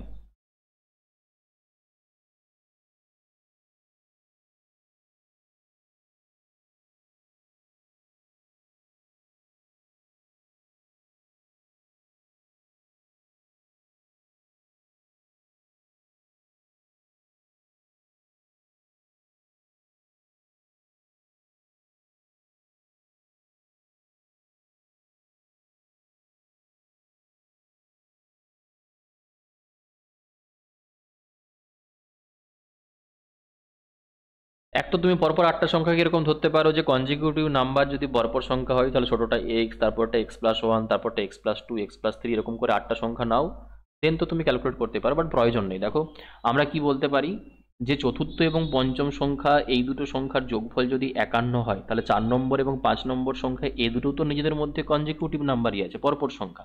তাহলে কি এমন ভ্যালু আছে যে দুটো সংখ্যাকে পরপর যোগ করলে আমরা 51 পাবো? আমরা এখান থেকে ভ্যালু নিয়ে নিতে পারি যে একটা সংখ্যা যদি 25 হয় আর একটা সংখ্যা যদি 26 হয়, দুটোকে যোগ করলে দেখো আমরা 51 পাবো। বা আমরা কোশ্চেনে এটাও বলতে পারি যে একটা সংখ্যা যদি এক্স হয়, যেটা চতুর্থ সংখ্যাকে আমরা ধরছি, আর তার পরবর্তী নাম্বারটা আমাদের কাছে কি হবে, x+1 হবে, এই দুটো সংখ্যাকে আমরা যোগ করলে টোটাল তাদের ভ্যালুটা কত পাবো, 51। তো 2x এর ভ্যালু তোমার কাছে আসবে কত, 50, আর x এর ভ্যালু আমরা এখান থেকে কত পাবো দেখো, 25। মানে চতুর্থ সংখ্যাটা যেটা আমরা ধরেছিলাম সেটা আমাদের কাছে বেরোলো 25, আর পঞ্চম সংখ্যাটা আসবে তার থেকে এক বেশি, 26। তুমি যদি সপ্তম সংখ্যা ষষ্ঠ সংখ্যাটা তুমি যদি ক্যালকুলেট করো তাহলে এটা হবে 27, আর 8 নম্বর সংখ্যাটা নিলে তোমার কাছে কত আসবে দেখো, 28। যদি ব্যাকে আসো তাহলে 3 নম্বর সংখ্যাটা তোমার কাছে এক কম হবে তার আগে, 24। 2 নম্বর সংখ্যাটা এগেন এক কম হবে, 23। আর 1 নম্বর সংখ্যা তার থেকে আরও এক কম হবে, পঞ্চম, আচ্ছা সরি, এটা সপ্তম হবে 28, আর অষ্টম সংখ্যা হবে দেখো 29। ওকে, আর এটা আমরা কত পেয়েছি দেখো, 22। 22। তো সব থেকে ছোট সংখ্যাটা যদি আমরা দেখি সেটা হবে 22, আর সব থেকে বড় সংখ্যাটা কত হবে, 29। দুটো সংখ্যার যোগফল জানতে চেয়েছে, সো 29 + 22 যদি আমরা করে নিই, অ্যান্সার কত আসবে দেখো, এগেন 51। তো এদেরও যোগফল কত হবে, 51ই হবে, 51ই হবে। এবং দারুণ একটা ইন্টারেস্টিং জিনিস তুমি দেখো, যদি এই যে ডেটাটা আমাদের কাছে আছে, আমরা প্রথম সংখ্যাটার সাথে লাস্টের সংখ্যাটাকে যোগ করি, তাহলে আমরা যোগফল কত পেলাম, 51। যদি আমরা 2 নম্বর সংখ্যার সাথে লাস্টের আগেরটার সাথে যোগ করতাম, মানে দ্বিতীয় বৃহত্তমর সাথে দ্বিতীয় ক্ষুদ্রতম সংখ্যা যোগ করতাম, তাহলেও দেখো তার রেজাল্টের অ্যান্সার কিন্তু 51ই আসতো। এখানে দেখো 3 নম্বরের সাথে যদি আমরা 6 নম্বর মানে তৃতীয় বৃহত্তম তৃতীয় ক্ষুদ্রতম সংখ্যা যোগ করতাম, তাদেরও যোগফল কিন্তু 51ই আসতো। আর 4 নম্বর 5 নম্বর সংখ্যা যোগ করলে দেখো এদের মধ্যেও কিন্তু আমরা কি পাচ্ছি, যোগফলটা 51ই পাচ্ছি। তো এখান থেকেও তো তুমি অ্যাপ্রোচ লাগাতে পারো এটা, যে যদি এরকমভাবে কনজিকিউটিভ নাম্বার দিয়ে দেওয়া থাকে, তাহলে প্রথমটা এবং লাস্টেরটার বা পরপর দুটো কনজিকিউটিভ নাম্বারে যদি যোগফল আমাদের কাছে 51 হয়, তাহলে প্রথম এবং লাস্টেরটারও যোগফল কিন্তু 51ই হবে। মানে এই সিরিজের ক্ষেত্রে আমরা দেখছি, ঠিক এরকম লাগাতে পারতাম। নেক্সট দেখো, কোনো শ্রেণীতে 50 জন ছাত্রের মধ্যে 25 জন বাংলা এবং 16 জন হিন্দি নেয় এবং 12 জন ছাত্র কোনো ভাষাই রাখেনি, তাহলে কতজন ছাত্র উভয় ভাষাই রেখেছে, এটা ক্যালকুলেট করতে হবে। ভেন ডায়াগ্রামের কোশ্চেন।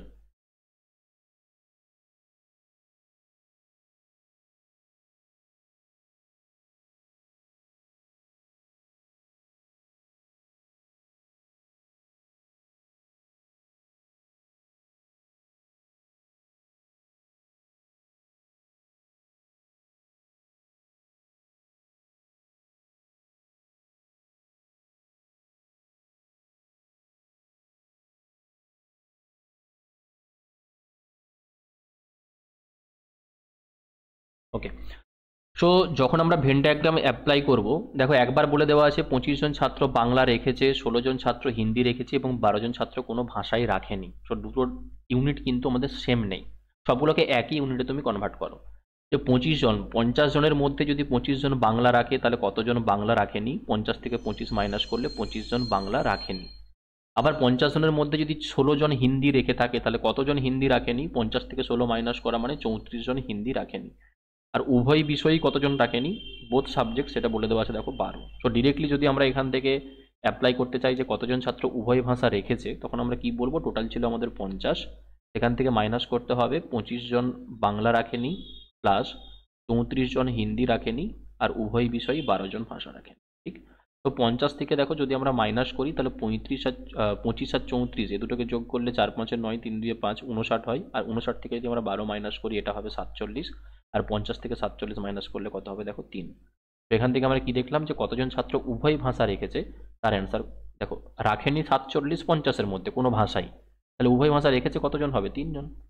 অ্যান্সার হয়ে যাবে কত, অপশন সি। তুমি চাইলে এটাকে ভেন ডায়াগ্রাম দিয়েও দেখতে পারো, যে এটা যদি আমাদের কাছে বাংলা হয়, 25 জনের মধ্যে বাংলা রাখেনি, এই 50 জনের মধ্যে বাংলা রাখেনি কত না, 25 জন, ঠিক।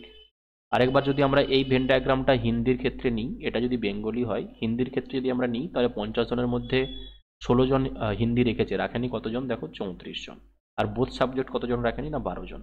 শুধুমাত্র বেঙ্গলি রাখেনি, এটা যদি আমরা ক্যালকুলেট করতাম 25 থেকে 12 মাইনাস করলে এটা আসতো 13 জন। শুধুমাত্র হিন্দি রাখেনি, এরকম 34 থেকে যদি আমরা 12 মাইনাস করতাম দেন এটা আমাদের কাছে কত আসতো দেখো 22। তো এই যে ডেটাটা আছে এই পুরোটা যোগ করলে এরা কিছুই রাখেনি, কিছুই রাখেনি। তো 22, 12 আমাদের কাছে আসবে 34 আর 13তে কত দেখো 47। 47 যদি কোনো সাবজেক্ট না রেখে থাকে তাহলে রেখেছে কতজন? টোটাল তো 50, তার থেকে 47 মাইনাস করে দাও, দেন তোমার কাছে অ্যান্সার কত আসবে দেখো 3। ওকে, নেক্সট। একটা বৃত্তের পরিধি ও ক্ষেত্রফলের সংখ্যামান সমান, মানে কোনো একটা বৃত্তের পরিধি আর ক্ষেত্রফল দুটোই সমান বলে দেওয়া আছে, সো বৃত্তটার ব্যাসার্ধ কত হবে?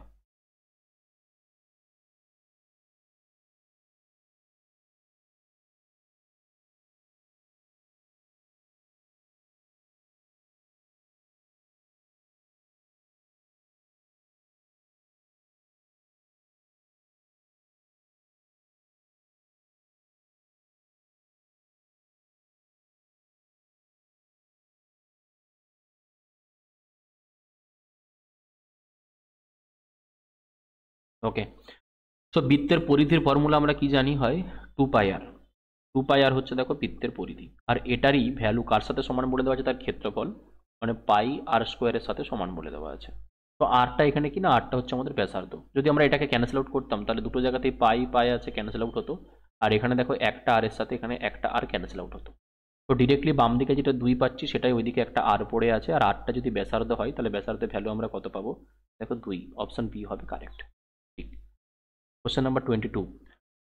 একজন ব্যবসায়ী 1000 কেজি চিনির কিছু অংশ 8% লাভে এবং বাকি অংশ 18% লাভে বিক্রি করেন, এবং তিনি সমগ্র কেনাবেচায় যদি টোটাল 14% লাভ করে তাহলে 18% লাভে তিনি কত চিনি বিক্রি করেছিল, কত কেজি, এটা ফাইন্ড আউট করতে হবে। অ্যালিগেশন লাগিয়ে দাও, সব থেকে বেস্ট, তাড়াতাড়ি পৌঁছে যেতে পারবে।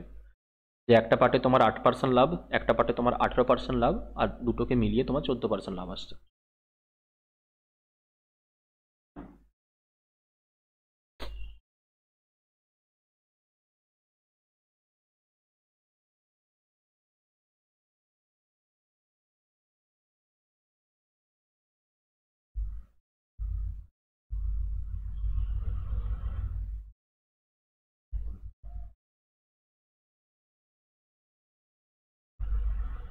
দেখো, অ্যালিগেশন মেথড যদি আমরা এখানে অ্যাপ্লাই করতাম, সো একটা পার্টে 8% লাভে বিক্রি করেছে, আর একটা আর বাকিটাকে সে 18% প্রফিটে বিক্রি করেছে, আর দুটোই মিলিয়ে তার কম্বাইন যেটা লাভ এসেছে সেটা হচ্ছে 14%।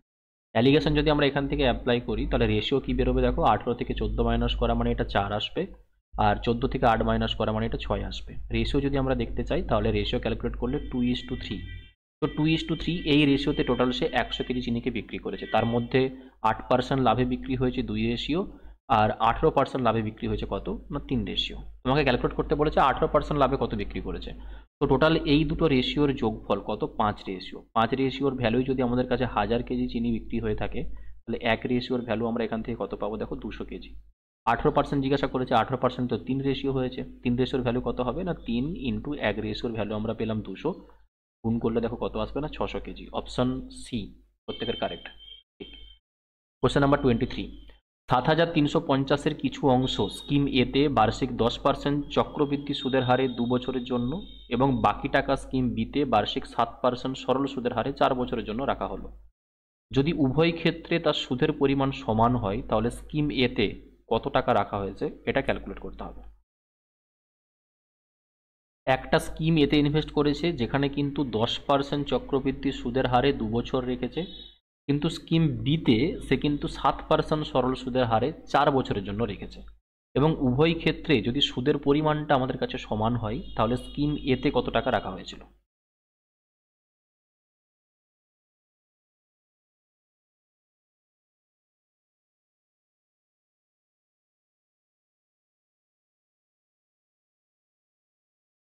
দুটোই তো সরল সুদে বলে দিলে খুব ইজিলি তুমি ক্যালকুলেট করে নিতে রেশিওটা, কিন্তু এখানে একটা চক্রবৃদ্ধি সুদ একবার সরল সুদ বলে দেওয়া আছে।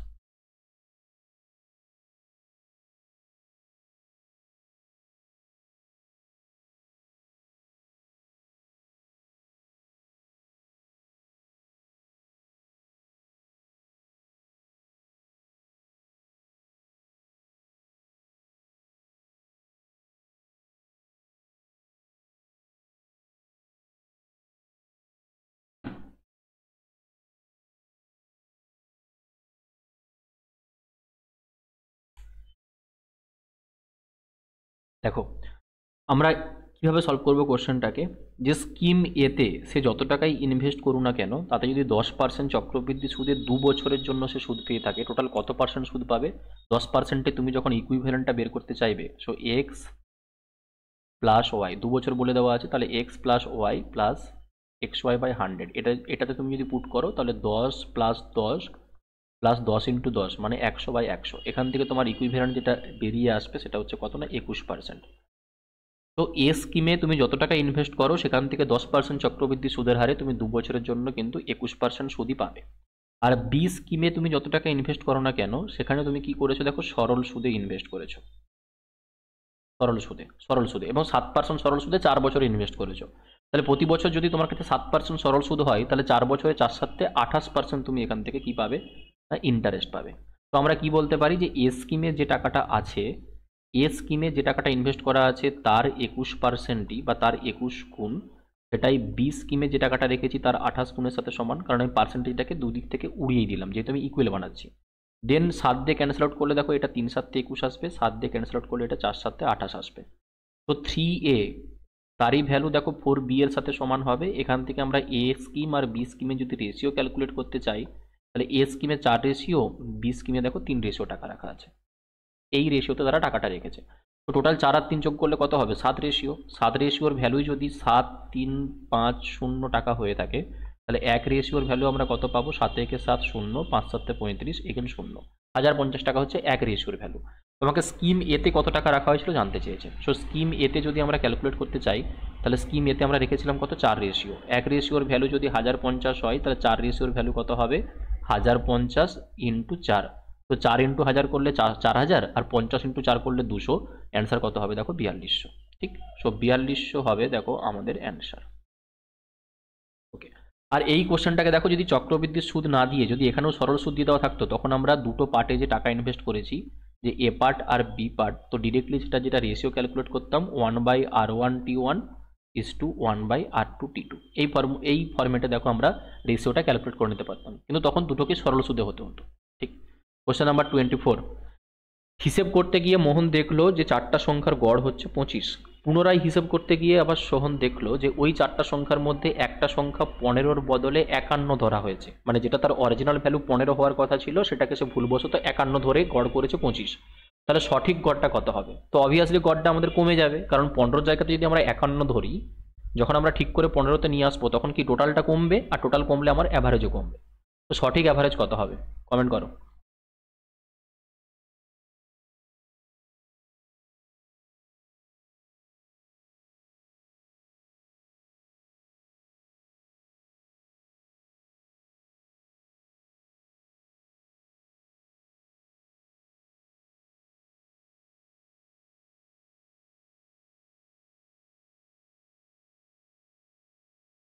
দেখো 4টা সংখ্যার অ্যাভারেজ দিয়ে দেওয়া ছিল আমাদের কাছে 25।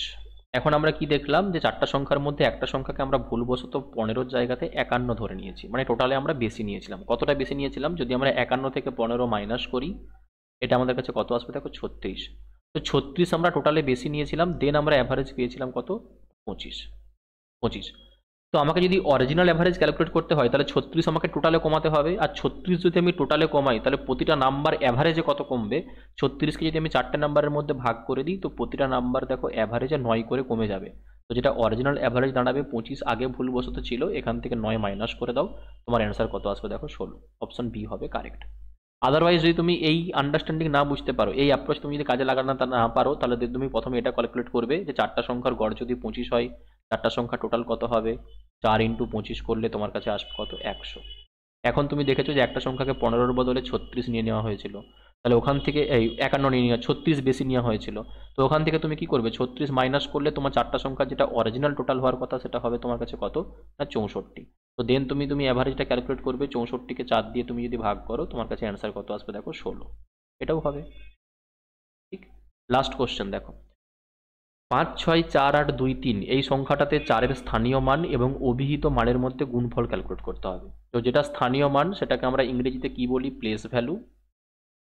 আর যেটা অভিহিত মান সেটাকে আমরা কি বলি না? Face value. এবং আমরা ডিটেলসে এটা পড়েছিলাম যে প্লেস ভ্যালু কীভাবে ক্যালকুলেট করতে হয়, ফেস ভ্যালু কীভাবে ক্যালকুলেট করতে হয়। এখানে তোমার কাছে ডেটা সিম্পলি দিয়ে দেওয়া আছে, দেখো একটা ইন্টিজার নাম্বার।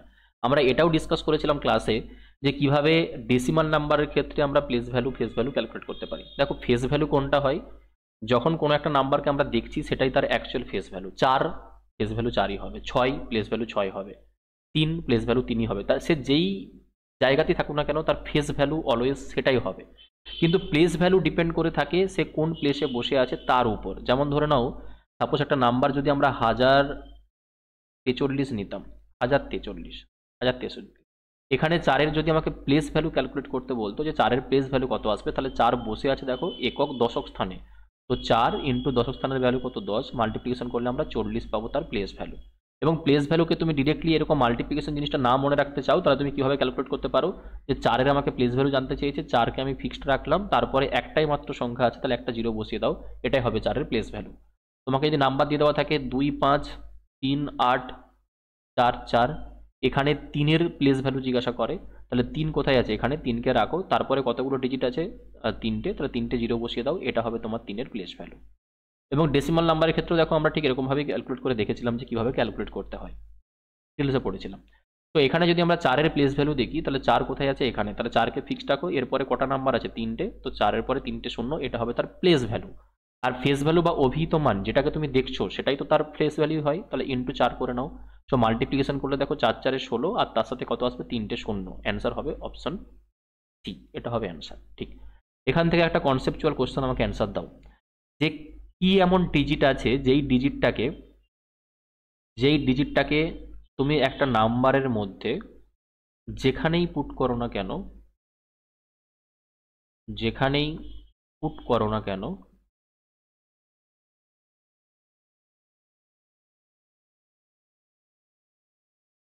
তার place value and face value always same থাকবে, অলওয়েজ সেম, কোনো চেঞ্জেসই আসবে না। কি এমন ডিজিট আছে যেই ডিজিটটাকে তুমি একটা নাম্বারের যেখানে খুশি পুট করো না কেন তার অলওয়েজ প্লেস ভ্যালু এবং ফেস ভ্যালু সেম থাকবে। এটা একটা কোশ্চেন কনসেপচুয়াল, যেটা আমি ডিটেলসে পড়িয়েছিলাম, আরও একবার অ্যান্সার করো। আরেকটা কোশ্চেনের অ্যান্সার দাও যে যদি একটা কোনো নাম্বারের প্লেস ভ্যালু এবং ফেস ভ্যালুটাকে সেম হতে হয়, যদি কোনো একটা নাম্বারের place value and face value এই দুটোকে সেম হতে হয়, আদার দেন 0, নাম্বারটা যদি আদার দেন 0 হয়ে থাকে, তাহলে সেই নাম্বারটাকে সবসময় কোন প্লেসে বসাতে হবে, 100 প্লেস মানে একক স্থানীয় অঙ্ক নাকি দশক স্থানীয় অঙ্ক নাকি শতক স্থানীয় অঙ্ক, কোন প্লেসে তাকে পুট করতে হবে, তবেই তার প্লেস ভ্যালু এবং ফেস ভ্যালু অলওয়েজ সেম আসবে। এটা সেকেন্ড কোশ্চেন। ঠিক, ওকে। তো চলো, তাহলে কালকের ক্লাসে আমরা এগেন প্র্যাকটিস সেট নাম্বার 8 নিয়ে ডিসকাস করব, ঠিক 10টা 15তেই। Good night everyone.